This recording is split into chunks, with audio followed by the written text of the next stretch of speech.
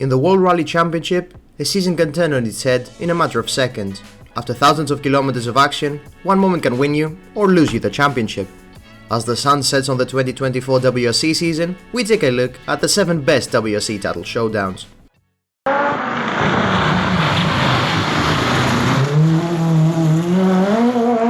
The 1986 WRC season was as exciting as it was tragic. In Portugal, Joaquim Santos lost control of his Ford RS200 and hit a crowd of spectators, killing 3 people.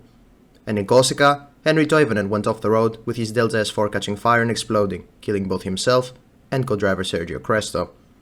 Those 2 incidents cast a shadow on the season, with the Group B cars being banned from 1987. Heading into the season finale in the Olympus Rally in the US, Marco Alén was leading the championship by 1 point over Juha Kankkunen, but these standings were provisional, as there was more controversy. In Sanremo, all Peugeots were disqualified mid-rally due to them allegedly having illegal aerodynamic skirts. Now, being disqualified in the middle of the rally with the cars not being able to run, not even under appeal, is something a bit suspicious. Sanremo was Lancia's home rally, and the Peugeots were rather spoiling the party, with Kankkunen and Zanussi leading the rally at different points before the disqualification.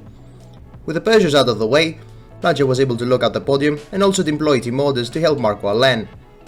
Peugeot protested their disqualification, with the verdict said to be announced 2 weeks after the Olympus rally. Similarly to the controversy in Sanremo, it was thought that since FISA was French, there was a high chance their disqualification could be overturned. But enough with the controversy, there was still championship to be won in the US. The entry list was pretty weak, with only 8 Group B cars entered, so the rally in the championship was going to be between Alén and Kankkunen. The first stages of the rally were held in the dark, and Kankkunen was in the lead, ahead of Alén by 11 seconds. But things were about to change, as Kankkunen's 205 developed an electrical problem. His mechanics changed the alternator, but not the battery of his Peugeot, and that had to be changed on the road section, heading to Friday's first stage. That cost Kankkunen a minute in penalties, and gave the lead to Alén. But the title was by no means over. Kankkunen went back on the attack and shrunk the gap to the Lancia to just 15 seconds on stage 15. On Saturday though, Alén was unstoppable. He won all but 2 of the day stages, building himself a 1 minute and 32 second lead heading into Sunday. He wouldn't relinquish his lead, and he won the Olympus Rally, and with that, the 1986 championship. Or at least for 2 weeks, that is. Because FISA's decision was to side with Peugeot and discard the results of the Sanremo Rally, handing Kankkunen his first ever title. Were the Peugeots really legal, or were they just too fast for Lancia in their home rally? We'll never know for sure.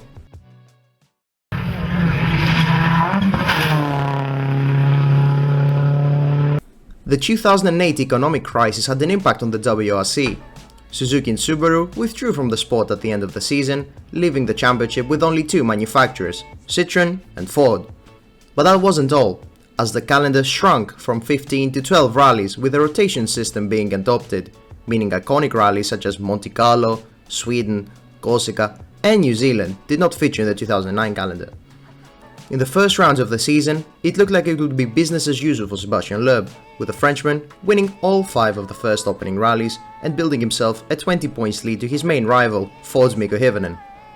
Things would change though, after Loeb crashed in the Acropolis in Poland, with Mikko Hirvonen going on a winning streak of his own, winning 4 rallies in a row, including his home rally in Finland and also Rally Australia. In Australia, Hirvonen had actually finished second to Loeb, but all 3 C4s were handed 1-minute penalties after they were found to have had an illegal front left link to the anti-roll bar in the post-event scrutineering. That dropped Loeb in second and gave Hirvonen the win. Loeb won in Catalonia and Soto beat Hirvonen, helping his teammate come back to the championship fight. Heading into the finale in Wales Rally GB, Loeb was trailing Hirvonen by just 1 point, meaning whoever finished ahead would be crowned champion. On Friday, the 2 title hopefuls were neck and neck, with Loeb narrowingly ahead of Hirvonen at the end of the day. On Saturday, Loeb attacked and extended his gap to the Finn to half a minute. Hirvonen knew his title hopes were toast unless he threw caution to the wind on Sunday, and that's exactly what he did. On the first 2 stages of Sunday, he halved the gap to Loeb with just 2 stages to go. Loeb was suffering from a turbo issue with his C4, and all of a sudden, Hirvonen was right back into the championship fight. But on the next stage, Hirvonen landed awkwardly after a jump and damaged his bonnet, which came loose, obstructing his vision. He had to stop to rip the bonnet off, losing 1 minute and any chance he had at the title. Loeb won the rally and took his 6th consecutive title.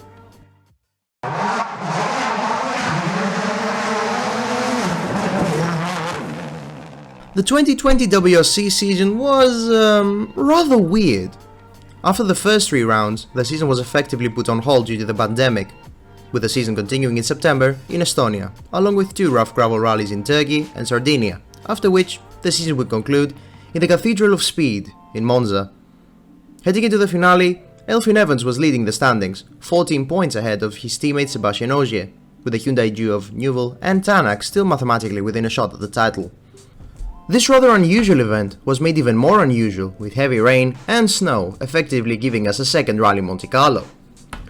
Friday stages were at the Monza circuit, and the tricky conditions were catching people out. Neuville was the first of the championship hopefuls to go out. First he got stuck in a fence, and then he damaged his suspension on a concrete block, which made him approach this paddle at a very slow speed and drowning the engine of his i20. There was so much mud on the access roads that there were parts of the circuit stages that snow tyres were actually the fastest tyres in those tricky conditions. Esa-Pekka Lappi chose them, and he made it to the lead of the rally come the end of Friday. Danny Soder was in 2nd, and the 2 Toyotas of Ogier and Evans were in 3rd and 4th. Saturday stages were up in the mountains, and there was snow. The snow kept falling on the stages, and it caught people out. First Gus Greensmith, then Ole Christian Weiby, and lastly, Evans. Evans slid wide on a right-hander and went off the road and out of the rally. Sébastien Ogier, who was now in the lead of the rally, was now in a position to win the championship if he finished that. And he did. The Frenchman won his 7th championship and his first for Toyota.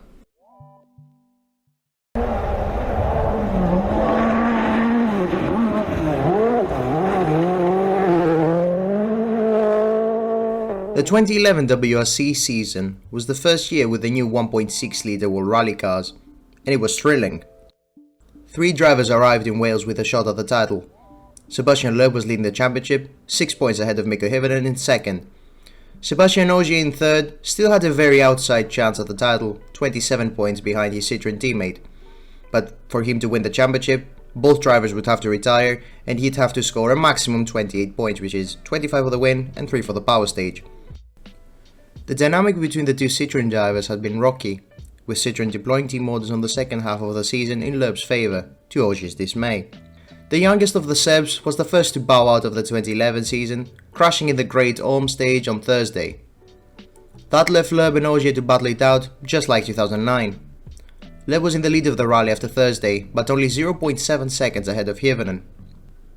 Both drivers went flat out on Friday morning, but Hirvonen was the fastest one in the muddy conditions, snatching the rally lead away from Loeb on stage 6 and putting himself in a championship winning position. However, with a slim lead of just 0.4 seconds, both himself and Loeb would have to keep pushing until someone out of the 2 faltered. And that someone was Hirvonen. On the next stage, Hirvonen went off the road and punctured his radiator, leading to his engine overheating and ending his championship bid. For the second time, Hirvonen was leaving Wales without a championship to his name. To add insult to injury, Loeb would have an accident on the road section on Sunday, meaning the Frenchman would also leave Wales with 0 points, but crucially, with an 8th World Championship trophy to his name.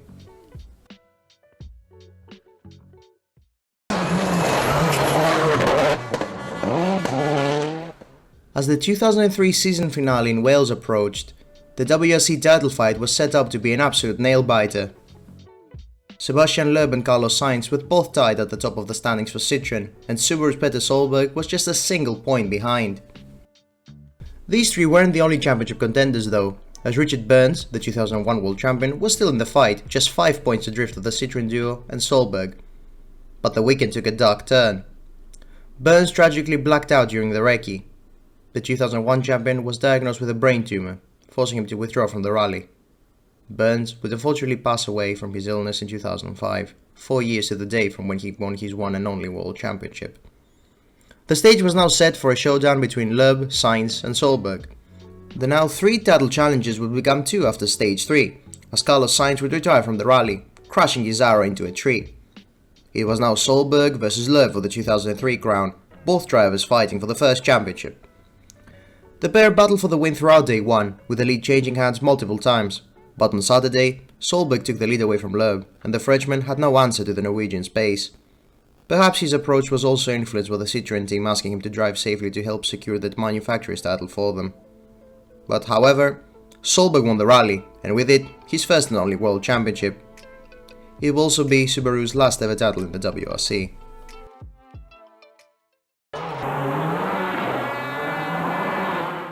"2001 is regarded by some as the best WRC season of all time. Heading into the finale in the UK, the situation was quite similar to the one from 2003. 4 drivers still had a mathematical chance at the title, with Colin McRae leading the championship, 1 point ahead of Tommi Mäkinen, who was in turn a point ahead of Richard Burns in the Subaru. McRae's teammate Carlos Sainz was also in the fight, 9 points behind the Scot. Mäkinen had only scored 1 point since the Safari Rally, and he was driving the Lancer WRC, unfortunately for him. The less said about that car, the better. And the Finn was the first of the drivers to bow out of that fight, losing a wheel on stage 2 and retiring from the rally.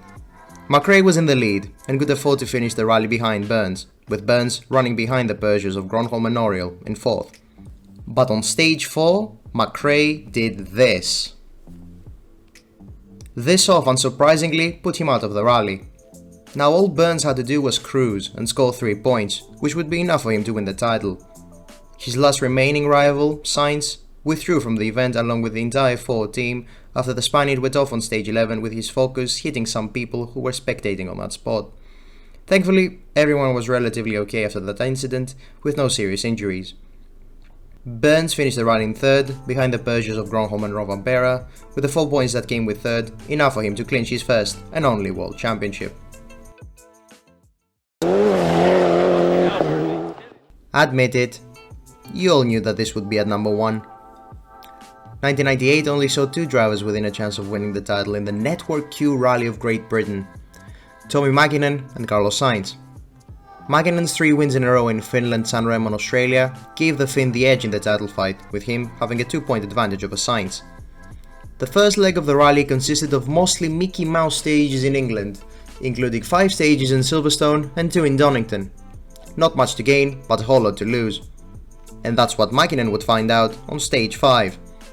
One of the historic cars that ran before the front runners had left a patch of oil on the stage, and Mäkinen hit it, sliding into a concrete block and breaking his rear right wheel.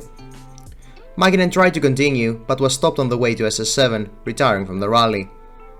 Now, all Sainz had to do to secure his 3rd title was to finish in 4th place, and that's what the Spaniard did. He was cruising, going frustratingly slow, even being passed for 3rd by Bruno Thierry in the Escort. But it didn't matter. All he had to do was make it through the last stage of the rally in Margam, and he would be the 1998 WRC champion. Meanwhile in the hotel, a defeated Mäkinen was giving an interview to Finnish TV. The blocks are there, and there's a lousy record at the moment, so... Mitä? Oh yes. Sainz's engine expired 300 meters before the end of the last stage of the rally, cruelly robbing him of the title. Mäkinen won his 3rd straight championship. His teammate Richard Burns won the rally, also giving Mitsubishi the Constructors' title. Celebrations for Mäkinen and Mitsubishi, dismay for Sainz and Toyota. So what other seasons should we have included in our 7? Let us know in the comments down below, and don't forget to like and subscribe.